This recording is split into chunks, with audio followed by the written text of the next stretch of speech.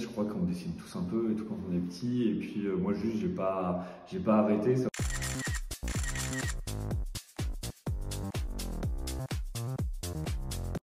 Donc je m'appelle Maxime Sognac, je suis enseignant en art appliqué.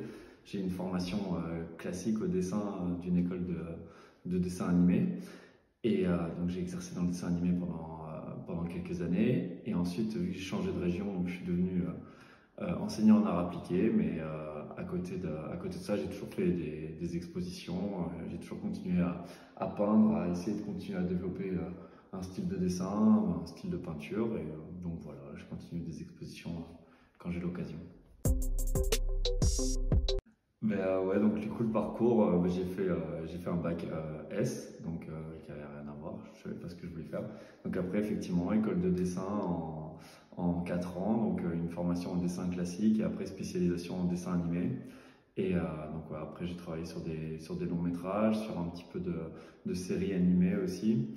Et donc ensuite, ouais, quand j'ai changé de région, c'est ça, j'ai fait plusieurs petits boulots, mais on continue à dessiner toujours. Et puis maintenant, donc, du coup, je continue les expositions, mais avec à côté, j'enseigne du coup les arts appliqués dans une école, dans un lycée professionnel où il y a une section mode, donc elles ont besoin d'un peu plus d'appui en dessin. Donc je peux leur donner ça. Non, du coup, je suis pas auto-entrepreneur à proprement parler, mais en fait, il y a un statut d'artiste-auteur qui en fait est très proche de auto-entrepreneur. C'est juste que du coup, je suis déclaré à la Maison des artistes et en fait, je déclare mes ventes et puis ça me permet de faire des expositions et de continuer à créer, d'exposer les œuvres en étant déclaré. En fait, moi j'ai toujours un peu dessiné depuis que je suis tout petit. C'est juste que en fait, je crois qu'on dessine tous un peu et tout quand on est petit. Et puis moi juste j'ai pas arrêté. Ça m'a toujours permis d'exprimer autre chose que ce que j'exprimais quand je parlais aux gens.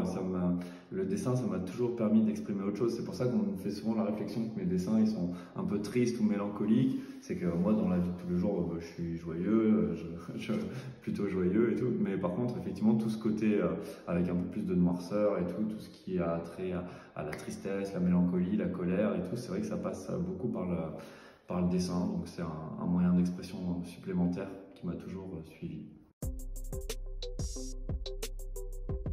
Bah en fait ouais, mon univers graphisme c'est autour de l'expressionnisme. L'expressionnisme c'est juste un courant en fait qui est autour des corps expressifs, des visages expressifs. Moi j'aime bien quand je dessine quand il y a effectivement des sentiments qui ressortent, des sensations, et j'aime bien que ces sensations-là elles soient incarnées par soit des visages expressifs, soit des corps expressifs. Et moi c'est vrai que c'est ce que je recherche, c'est ce que j'aime faire. C'est pour ça que je fais peu de décors par exemple. Il y a rarement de décors ou très peu dans mes dessins parce que c'est vrai que mon intérêt il se porte plus sur l'humain, le visage, l'expression, le corps. Ouais, moi en fait non, juste les projets en cours, c'est ça. Moi maintenant que j'ai un travail fixe, entre guillemets alimentaire qui me plaît beaucoup, là, donc d'enseigner les arts appliqués en lycée, du coup je laisse vraiment libre cours à la création à côté. Et quand je vois qu'il y a des séries cohérentes ou qu'il y a des nouvelles choses que j'ai expérimentées et que j'ai envie de le partager aux gens, j'essaie de trouver des lieux pour exposer. Là en ce moment j'expose ici à Châteauroux, donc à l'atelier de la poissonnerie. J'expose aussi en ce moment à Limoges. Et puis donc voilà, en fait quand je sens que j'ai envie de montrer un peu ce que j'ai fait aux gens, j'essaie de trouver des lieux d'exposition, tout simplement.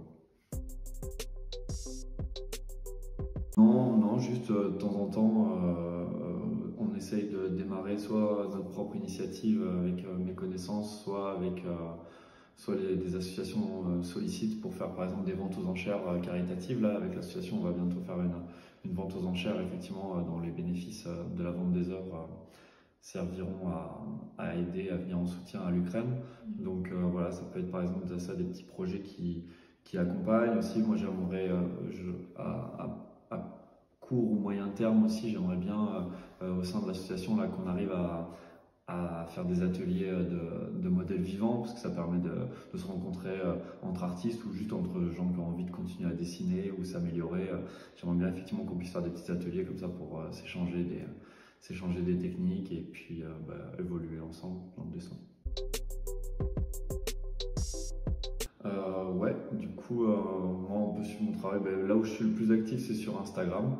Et donc sur Instagram, en tapant mon nom, effectivement, on peut trouver mon compte. C'est là où je poste le plus de choses. Je poste aussi des work in progress, c'est-à-dire ouais, quand je suis en train de faire un tableau, j'aime bien montrer plusieurs étapes, comment ça évolue, comment c'est construit. J'aime bien aussi de temps en temps sur ce média-là faire des petites vidéos pour montrer en fait comment, dans quel laps de temps le dessin se monte, quelles étapes viennent en premier et tout. Je trouve que c'est vrai qu'Instagram se prête bien à cet exercice-là. Après sur Facebook aussi, je reposte généralement les mêmes choses. Et ouais, c'est vraiment les deux médias dans lesquels je suis le plus actif, quoi. Bah, en fait, moi, ouais, à travers les dessins, en fait, ce que je transmets, j'aime bien faire Le fait de ne pas faire de décor dans mes dessins, en fait, c'est pour que tout le monde puisse s'identifier. En fait, moi, j'essaie de retranscrire ce que je...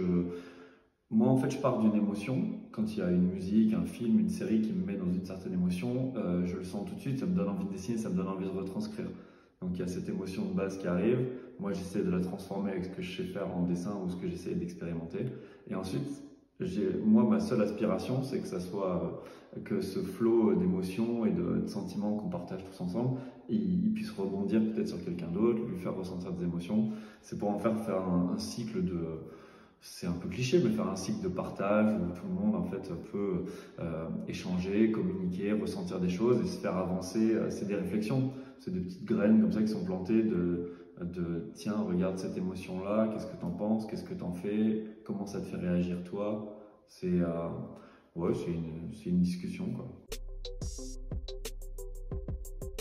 Bah ouais, effectivement, là moi je pense que si j'arrive à rester sur Châteauroux encore quelques années, je vais essayer de faire de plus en plus, je vais essayer de faire partie intégrante un peu plus de l'association, en tout cas partager des projets ici autour du dessin et des arts en général, parce que effectivement l'atelier de la poissonnerie, je trouve que c'est vraiment plein de bonnes influences, plein de bonnes personnes, plein de bonnes intentions qui font découvrir l'art au sens large, et tout, qui font se rencontrer les gens issus de milieux différents et tout. Donc, puis c'est vraiment ce qui peut faire battre une ville plus fort et la faire vraiment être attrayante et vivante, quoi. Donc, je pense qu'effectivement, on pourra me retrouver aux alentours de l'association, j'espère, prochainement.